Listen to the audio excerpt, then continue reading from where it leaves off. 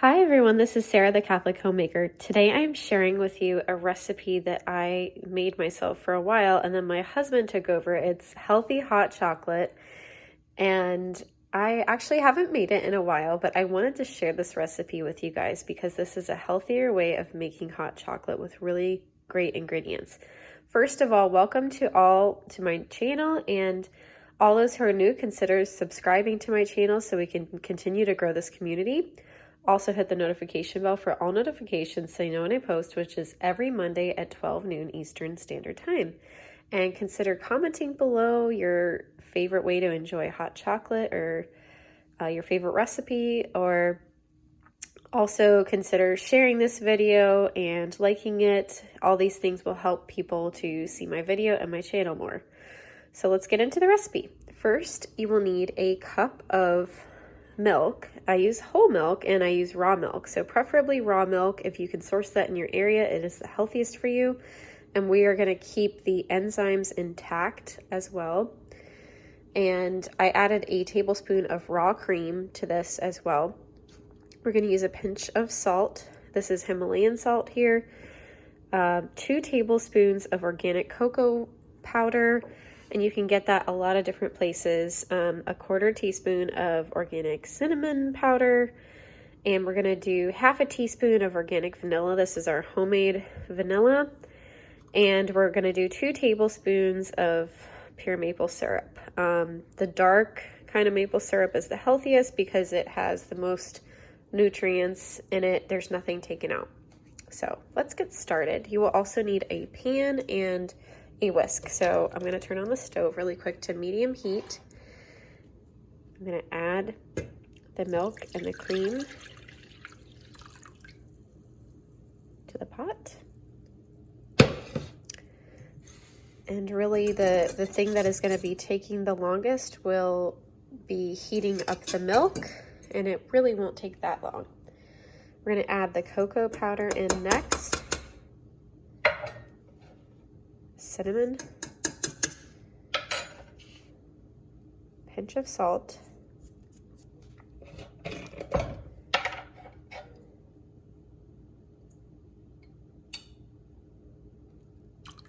the vanilla, whisk it a little bit.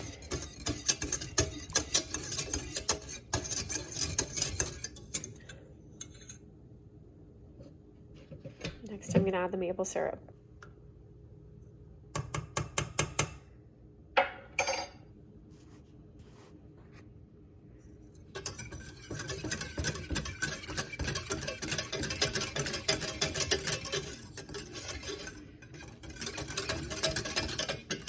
At first, the cocoa powder is not going to dissolve because it is too cold, the milk.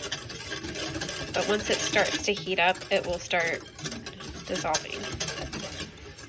And you just kind of want to watch this very closely if you're trying to preserve the enzymes in the milk, because you don't want the milk to go past 110 degrees. So that, well, really 117 is the maximum you would have it, because that is the point where the, I think it's when it reaches 118 degrees that the enzymes start to get killed. You heat it up that much. So ideally you want to keep it under 118 degrees. And if you really want to be certain, you could use a thermometer. Some people just do the finger test, where it's like the point of burning your finger. It's like 117 degrees, it's not burning your finger yet, but 118 degrees, you're like, ouch, or you want to yank your finger out.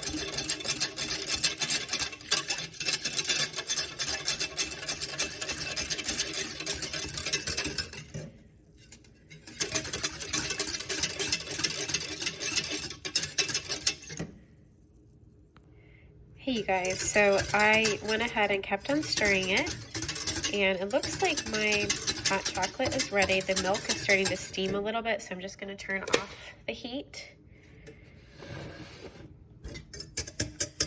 I'm going to pour it into a mug.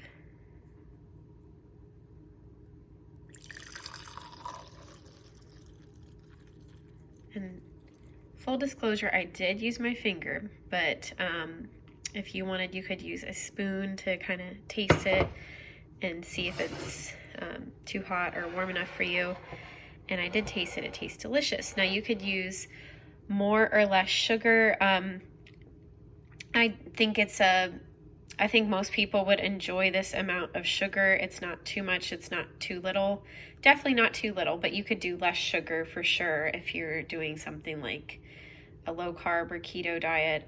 Keto, you probably couldn't use any maple syrup. So this is not a keto recipe, but you can always change it to your liking. And I hope you enjoy this recipe. I hope you've enjoyed this video, and may God bless you and your families.